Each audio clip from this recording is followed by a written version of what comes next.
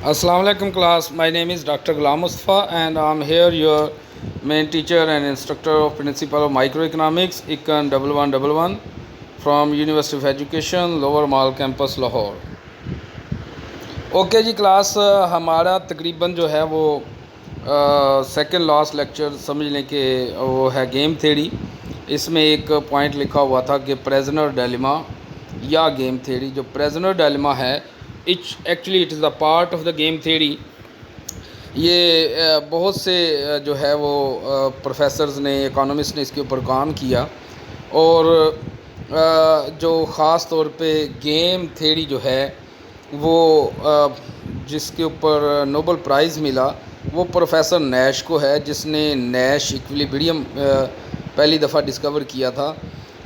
देखने वाली बात है कि ये एक्चुअली जितने ने भी गेम थ्योरी में काम किया वो ज़्यादातर इकोनॉमिस्ट नहीं थे, वो आप कह लें कि मैथमेटिशियंस थे। और आज तक मैथमेटिक्स में तो नोबेल प्राइज़ नहीं मिला, तो उन्होंने अपनी फील्ड पीएचडी के बाद चेंज की मैथमेटिशियंस ने, तो वो इकोनॉमिक्स की साइड में आए तो उन्होंने नोबेल प्राइज़ विन किया। और उसमें से जो प्रोमिनेंट है प्रोफेसर नैश है, और इसके ऊपर एक मूवी भी बनी है a beautiful mind. It's a very classic movie. ये प्रोफेसर नैश की ज़िंदगी में बनी थी। ये एक्शन और ड्रामा मूवी भी है, बड़ी अच्छी मूवी है, जिसमें प्रोफेसर नैश की थ्योरीज़ को किस तरीके से जो है वो आगे इम्प्लीमेंट किया गया, वार्स में इसको किया गया, इसको डिफरेंट इकोनॉमिक्स में ये हेविली जो है वो यूज्ड हुई। तो ये थी मतलब गेम थ्योरी। उसने प्रोफेसर नैश ने ये कहा था, जो हमने कहा था ना कि परफेक्ट कंपटीशन में हमने कहा था there is a perfect knowledge, perfect information, but reality में ऐसा नहीं होता। रियलिटी में परफेक्ट कंपटीशन नहीं होता, इम्परफेक्ट कंपटीशन होता है, इम्परफेक्ट इन्फॉर्मेशन होती है, एसिमेट्रिक इन्फॉर्मेशन होती है। तो उसको ये ओरिजिनेट करता है एक्चुअली इकोनॉमिक्स की परफेक्ट कंपटीशंस की ये अजम्पशंस की वायोलेशन है जो गेम थ्योरी को ओरिजिनेट करती है। That is the asymmetric information. और एसिमेट्रिक इन्फॉर्मेशन सिमेट्रिक या परफेक्ट इन्फॉर्मेशन की उल्ट है। एसिमेट्रिक इन्फॉर्मेशन या इम्परफेक्ट इन्फॉर्मेशन, उसमें हमने बात की थी कि there is a perfect knowledge, there is a symmetric information, but reality में ऐसा नहीं होता। अच्छा जी, अगेन जैसे मैंने कंटेंट्स में इसको किया एलेबोरेट किया, मैं इसको अगेन एलेबोरेट कर रहा हूँ कि मैंने कहीं लेक्चर्स में बात की थी कि परफेक्ट इन्फॉर्मेशन है क्या। मैंने मैकेनिक की एग्जांपल दी थी। मैंने कहा था मैकेनिक के पास मैकेनिक मोटरसाइकिल ठीक करवाने जाएगा तो उससे कम चार्ज करेगा। क्यों? क्योंकि मैकेनिक का भी परफेक्ट नॉलेज है उसके बारे में, और जो बाइक ठीक मैकेनिक करवाने गया है उसका भी परफेक्ट नॉलेज है कि एक अगर मैकेनिक कहीं पे जा रहा है बाइक पे तो उसकी बाइक ख़राब हो जाती है, उसके पास उसको ठीक करने के टूल नहीं है, तो वो मैकेनिक के पास जाता है, मैकेनिक को कहता है कि ये मेरी बाइक ठीक कर दे। तो दोनों का उस चीज़ के रिलेटेड परफेक्ट नॉलेज है और वो मैकेनिक से कम चार्ज करेगा। लेकिन अगर आप जाएंगे जिसको मैकेनिक का नॉलेज नहीं है, तो आप बाइक ठीक करवाने जाएंगे तो वो आपसे जितने पैसे कहेगा आपको उतने देने पड़ेंगे ट्यूनिंग के या किसी चीज़ के। तो आप अंदाज़ा कर सकते हैं कि ये हमने बात की थी कि आप मैकेनिक के पास जाते हैं तो आपका भी बाइक के रिलेटेड उतना ही नॉलेज है जितना मैकेनिक का है। और परफेक्ट कंपटीशन में ये हमने एक अजम्पशन लगाई थी, और जब इस अजम्पशंस की वायोलेशन होती है तो गेम थ्योरी ओरिजिनेट होती है कि। और इसकी एक और बैकग्राउंड मैं आपको बताऊं कि हम कहते हैं कि बेनिफिट कास्ट एनालिसिस जो है प्राइस को डिटरमिन करते हैं। हम कहते हैं कि पहले कास्ट देखी जाती है कि एवरेज कास्ट कवर हो तो वो उसके बाद जो है प्राइस डिटरमिन की जाती है, या मार्केट सप्लाई और मार्केट डिमांड जहाँ पे इंटरेक्ट करे तो वो प्राइस डिटरमिन होती है। ये भी हमने अजम्पशंस एक लगाई थी परफेक्ट कंपटीशन में। जब इसकी वायोलेशन होती है, पेप्सी की एग्जांपल ले लें, ये भी मैंने कहा था कि पेप्सी इस वजह से अपनी 25 रुपये प्राइस नहीं रखती रेगुलर बोतल की कि दूसरी जो है उनकी कास्ट इतनी है, या उनकी margin cost is equal to margin benefit है, या price is equal to margin cost है, या अबव द एवरेज कास्ट है। ऐसा नहीं है। वो दूसरी मार्केट्स के भी वो देखता है कि पेप्सी देखता है कि कोको कोला की प्राइस क्या है और मिरिंडा या दूसरी प्रोडक्ट की प्राइसेस क्या है। तो ये प्राइसेस जो हैं, यानी कि मेरा रिस्पॉन्स आपके रिस्पॉन्स के ऊपर डिपेंड करता है। That originates the game theory concept, right. और इसी तरह यूटिलिटी के ऊपर भी आए तो मेरी यूटिलिटी आपकी यूटिलिटी के ऊपर डिपेंड करती है। कौन सी कंट्री कितने रिसोर्सेज खा रही है, मेरी यूटिलिटी। देखिए, मैंने ये भी कहा था कि मुझे अच्छा लगता है कि मैं किसी को खुश देखूं तो मैं भी खुश होता हूं, मेरी यूटिलिटी बढ़ती है। मैंने ये भी कहा था। तो ये एक्चुअली रिस्पॉन्सेज हैं कि हमने कहा था यूटिलिटी दो चीज़ों के ऊपर डिपेंड करती है। हमने कहा था पिज़्ज़ा और बर्गर के ऊपर डिपेंड करती है, लेकिन ऐसा नहीं है। मेरी यूटिलिटी, किसी बंदे की यूटिलिटी किसी दूसरे बंदे की यूटिलिटी के ऊपर भी डिपेंड करती है। अब दस्तार ईदी की यूटिलिटी इस वजह से नहीं बढ़ती थी कि वो कितनी चीज़ें पिज़्ज़ा खाता था या कितने बर्गर खाता था। उसकी यूटिलिटी बढ़ती थी कि वो लोगों की खिदमत करने से वो कितनी उनकी खिदमत कर सकता है। तो ये जो स्ट्रेटजिक सिचुएशंस हैं, ये गेम थ्योरी को ओरिजिनेट करती है। यूटिलिटी के भी पॉइंट ऑफ व्यू से देख लें, प्रोडक्शन के पॉइंट ऑफ व्यू से देख लें, तो ये गेम थ्योरी को जो है, तो गेम थ्योरी की अगर हम बात करें, it is an abstract model of a strategic situation, कि किस तरह कंपनीज और इंडिविजुअल स्ट्रेटजिकली मूव करते हैं। तो दैट्स कॉल्ड द गेम। और अगर हम गेम थ्योरी की बात कर ली है, तो गेम की अगर हम बात करें तो तीन चीज़ें गेम के अंदर किसी की भी होती है। कुछ प्लेयर्स होते हैं, प्लेयर्स जो वो एक्टिव जो खेलने वाले होते हैं, क्रिकेट या दूसरी चीज़ें हैं।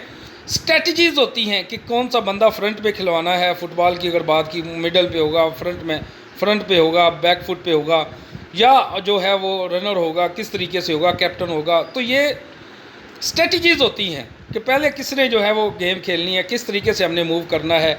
और फिर रिवार्ड्स होते हैं, राइट, रिवार्ड या पे ऑफ्स होते हैं। तो ये किसी भी गेम का हिस्सा होते हैं, राइट। अच्छा, इसमें जो प्लेयर्स होते हैं, ईच डिसीजन मेकर जो प्लेयर होते हैं, may be individual, firms and countries. अब ये कोई इंडिविजुअल यानी कि यूटिलिटी साइड पे भी हो सकता है, फर्म्स ये प्रोड्यूसर साइड पे भी हो सकता है, जैसे ओलिगोपली और ये सारी चीज़ें जो हैं, ये यहाँ से ओलिगोपली के स्ट्रक्चर जो है ना, हमेशा गेम थ्योरी के पॉइंट ऑफ व्यू से देखे जाते हैं। इसमें यही गेम्स जो आगे अगर देखें तो किस तरीके से ये एक कंपनी दूसरी कंपनी के साथ से मूव करती है, वो देखती कि उसका स्टेप क्या है। जिस तरह प्लेयर्स होते हैं वो देखते हैं कि उसका स्टेप क्या है, वो उस स्टेप्स के हिसाब से अपना स्टेप जो है वो आगे रखते हैं। इसी तरह कंपनीज जो होती हैं वो ऐसा करती हैं। तो ये जो ओलिगोपोली स्ट्रक्चर्स है, ये गेम थ्योरी के साथ मूव करता है। और इसी तरह कंट्रीज़ होती हैं, कंट्रीज़ भी इसी तरीके से जो है ना, वो प्लेयर्स जो हैं वो कंट्रीज़ भी हो सकती हैं, फर्म्स भी हो सकती हैं, individuals have the ability to choose from among a set of possible actions. और हमने जो चॉइस मॉडल्स पढ़े हैं उसके रिलेटेड उनके पास जो अवेलेबल स्ट्रेटजीज़ होती हैं, सेट ऑफ अवेलेबल स्ट्रेटजीज़, उनके पास सेट ऑफ अवेलेबल स्ट्रेटजीज़ होता है। और उस सेट ऑफ अवेलेबल जो स्ट्रेटजीज़ हैं उसमें से प्लेयर चूज़ करते हैं कि हमने स्ट्रेटजीज़ कौन सी चूज़ करनी है, राइट। तो इसी तरह strategy, each course of action open to a player. Strategy क्या होते हैं? It's the course of actions that is open to player. वो जो सेट ऑफ स्ट्रेटजीज़ हमने कहा था, उस सेट ऑफ स्ट्रेटजीज़ में कोई एक स्ट्रेटजीज़ को चूज़ करना जो प्लेयर्स को पता हो। Each course of action open to a player, it is called a strategy. It may be simple action और कम्प्लेक्स प्लान ऑफ एक्शन। ये सिंपल एक्शंस हैं, ये वो फ़लाँ कंपनी 10 रुपये रखेगी तो मैंने 10 रुपये रखने हैं प्राइस, फ़लाँ कंपनी 25 रुपये रखेगी तो मैंने 25 रुपये रखने हैं। वो जितनी इस तरीके से, वो अगर 50 टन जो है वो 50,000 टन नमक निकालेगी तो मैंने 50,000 निकालना है। तो एक तो ये होता है कि दूसरी कंपनी के सिंपल एक्शन भी, लेकिन it's a very much complex. ख़ास तौर पे फर्म्स, बड़ी फर्म्स, कॉर्पोरेट अदारे, इन्होंने बाकायदा स्ट्रेटजिक प्लेयर्स हायर किए होते हैं, स्पाई हायर किए होते हैं, और उनको वो स्ट्रेटजिक ऑफिसर्स कहते हैं। इन्होंने बड़ी बड़ी स्पाई कंपनीज जो होती हैं, FIA और ISI और MI7 और इस तरह के प्लेयर्स उन्होंने जो है ना वो हायर किए होते हैं, जो दूसरी कंपनी के प्लान ऑफ एक्शन जो इनको बताते हैं। तो ये बड़ी कम्प्लेक्स भी हो सकती है, बड़ी सिंपल भी हो सकती हैं। तो SI is the set of strategies open to player I, कि जो कैपिटल SI है कि it's the number of strategies that available to a one player. तो जो स्मॉल एस आई है, it is the subset of जो big जितनी भी अवेलेबल है, कि एक स्ट्रेटजीज बड़ी स्ट्रेटजीज का हिस्सा होते हैं। उसके बाद आ जाता है जी पे ऑफ। पे ऑफ जो होते हैं are measured in level of utility obtained by the player, के उन जो उन्होंने अपने पत्ते खेले होते हैं, जो उन्होंने अपनी स्ट्रेटजीज़ खेली होती हैं, उन स्ट्रेटजीज़ के रिवार्ड में जो चीज़ें मिलती हैं उसको पे ऑफ्स कहते हैं। और उससे जो यूटिलिटी ड्राइव होती है, मैं अगर कंज्यूमर हूँ ना, अब दस्तारी दी, वो कोई बच्चा कितना खुश हो, कोई गरीब कितना खुश हो, तो उनकी यूटिलिटी उस हिसाब से बढ़ती है। तो रिवार्ड्स जो हैं वो यूटिलिटी देते हैं। कितना खुश होते हैं जब कोई वर्ल्ड कप जीतता है, उनकी खुशी का कोई ठिकाना नहीं रहता जो उनको रिवार्ड्स मिलते हैं, ठीक है ना। तो ये वो रिवार्ड्स होते हैं। Players are assume to prefer higher payoff. और हमने जो बात की थी assumptions by micro economic assumptions, कि जो हायर रिवार्ड होता है वो लोअर रिवार्ड से ज़्यादा यूटिलिटी देता है। तो इसका मतलब ये हुआ कि जो यूटिलिटी 1 है, स्ट्रेटजी 1 और 2 को चूज़ करने के बाद, कि डिनोर्स प्लेयर 1 पे of assuming she follows S1 and player 2 follows S2, के प्लेयर 2 ने S2 स्ट्रेटजी चूज़ की और मैंने S1 स्ट्रेटजी चूज़ की, तो इससे जो यूटिलिटी ड्राइव होगी तो वो U1 होगी। और इसी तरह U2 की जो स्ट्रेटजीज होगी, जो उसका पे ऑफ होगा, जो उसकी यूटिलिटी होगी, वुड बी प्लेयर 2 पे of under the same circumstances. इसी तरह प्लेयर 2 की यूटिलिटी होगी। अच्छा जी, इसमें प्रेजनर डायलेमा आता है। प्रेजनर डायलेमा ये होता है कि ये सबसे बड़ी क्लासिक एग्जांपल है और बैकग्राउंड है, यहाँ से गेम थ्योरी ओरिजिनेट होती है। One of the famous games studied in a game theory, 2 suspects are arrested for a crime, के 2 सस्पेक्ट्स थे, मुलजम थे जिन्होंने कोई क्राइम किया। तो डिप्टी जो आप कह लें कि अथॉरिटी, डिप्टी अटॉर्नी जो है, उसने उनसे जो है वो कुछ अगलवाना चाहता है, तो उनसे कन्फेशन करवाना चाहता है और उनको एक ऑफ़र डील करती है। उनको वो एक ऑफ़र डील करता है, वो उसको हम आगे पढ़ेंगे कि ये प्रेजनर डायलेमा यहाँ से ओरिजिनेट होता है और यहाँ पे स्ट्रेटजीज़, प्ले ऑफ, सारी चीज़ें जो है वो कवर हो जाती हैं। द डील क्या है, वो एक बंदे के पास जाता है और इसमें अजम्पशन ये है कि दोनों अलग-अलग लॉकअप में हैं। तो वो पहले सस्पेक्ट के पास जाता है, उसको कहता है इफ़ यू फिंक का मतलब है कि अगर आप कन्फेशन कर लेते हैं, कन्फेस कर लेते हैं, अगर इकबाल जुर्म कर लेते हैं, if you Fink on your companion, अगर आप इकबाल जुर्म कर लेते हैं, और अगर आपका companion does not think on you, अगर आपका कंपेनियन आपके ऊपर जो है वो इकबाल जुर्म ना करें, you get a 1 year sentence. आपको सिर्फ 1 साल की सज़ा होगी और आपके दोस्त को 4 साल की सज़ा होगी। एक बात समझ लगी कि अगर आप इकबाल जुर्म करेंगे और इस इकबाल जुर्म में सिर्फ आपको 1 साल की सज़ा होगी, यानी कि 3 साल की फ्रीडम मिल जाएगी आपको, 3 years of freedom, 3 years of freedom या 1 साल की कैद होगी। लेकिन आपके जो दोस्त हैं, जो दूसरा सस्पेक्ट है, उसको 4 साल की सज़ा मिलेगी और ईयर्स ऑफ फ्रीडम जो है वो 0 होगा। इफ़ यू बोथ थिंक, अगर दोनों ही थिंक कर देते हैं, आप भी थिंक कर लो, आपका दोस्त भी थिंक कर ले, you will each get a 3 year sentence. आप दोनों को 3 साल की सज़ा होगी और रिवार्ड कितना मिलेगा थिंक करने की वजह से? आपको रिवार्ड मिलेगा 1 year freedom, 1 years of freedom, कि आपको 1 साल की फ्रीडम मिलेगी, ठीक है। इफ़ नाइदर थिंक्स, अगर दोनों ही थिंक नहीं करते, दोनों ही चुप रहते हैं, दोनों ही साइलेंट रहते हैं, we will get right for a lesser crime and each get a 2 year sentence. अब दोनों को 2-2 साल की सज़ा होगी और 2-2 साल का क्या होगा, उनको फ्रीडम मिलेगा। लेकिन दोनों को एक दूसरे के एक्शंस का कोई पता नहीं है, राइट। इसको हम देखते हैं, ये सारी हमने डील पढ़ ली, इसको हम गेम थ्योरी की फॉर्म में देखते हैं।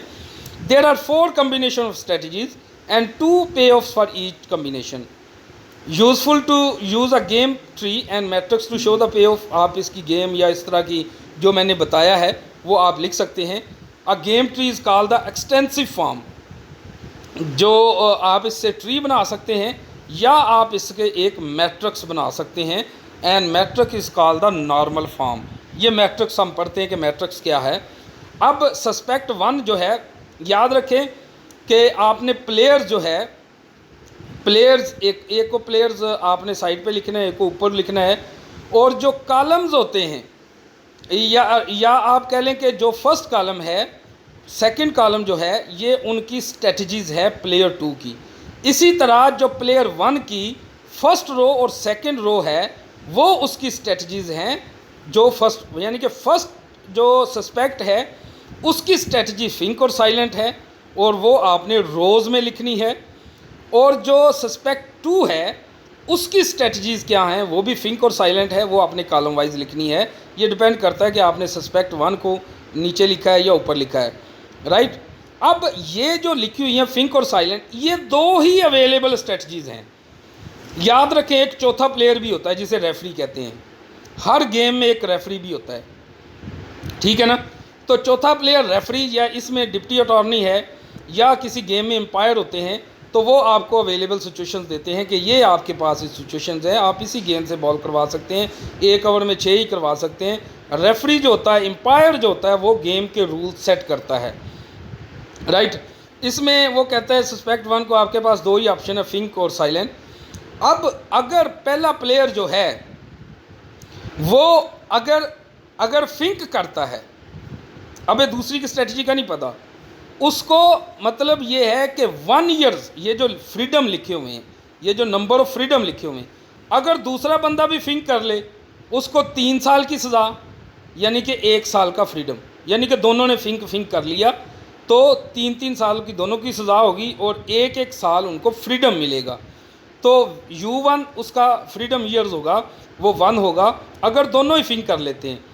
अगर प्लेयर 2 साइलेंट रहता है उसको तो 4 साल की सज़ा होगी, यानी कि उसको फ्रीडम ईयर 0 मिलेंगे, और प्लेयर 1 को 3 ईयर्स ऑफ फ्रीडम मिलेंगे। उसका रिवार्ड अब ज़्यादा होगा क्योंकि दूसरा बंदा तो साइलेंट रहा है, आपका दूसरा साथी, दूसरा सस्पेक्ट जो था, दूसरा मुलज़म था तो वो साइलेंट रहा और आपने रिवील कर दिया, तो आपका क्या हो गया, आप वो साइलेंट रहा, तो आप जब वो साइलेंट रहेगा तो आपको 3 ईयर्स ऑफ फ्रीडम मिलेंगे, यानी कि सिर्फ 1 साल की सज़ा होगी।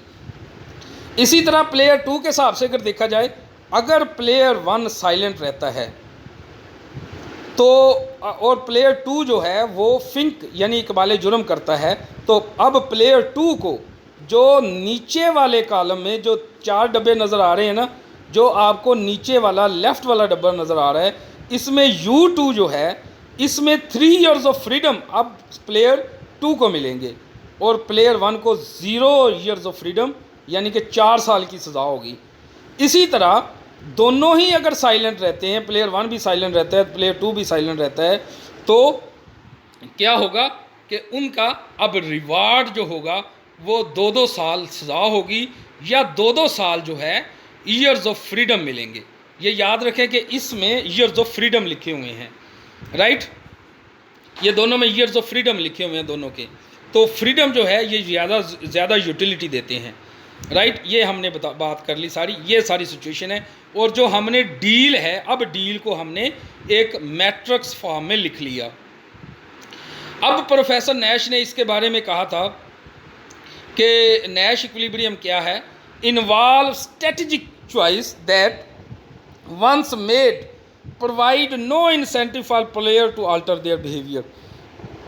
कि ये जो नैश इक्विलिब्रियम है ये वो ऑप्टिमल स्ट्रेटजी है जो आपको सबसे ज़्यादा हाईएस्ट रिवार्ड देती है, और आप ये वो रिवार्ड हैं, ये जो हायर यूटिलिटी, एक रैशनल डिसीजन मेकर जो होगा, एग्जाम्स ऑफ रैशनैलिटी के पॉइंट ऑफ व्यू से जो रैशनल डिसीजन मेकर होगा, तो वो चीज़ करेगा जो उसको हाईएस्ट रिवार्ड दे।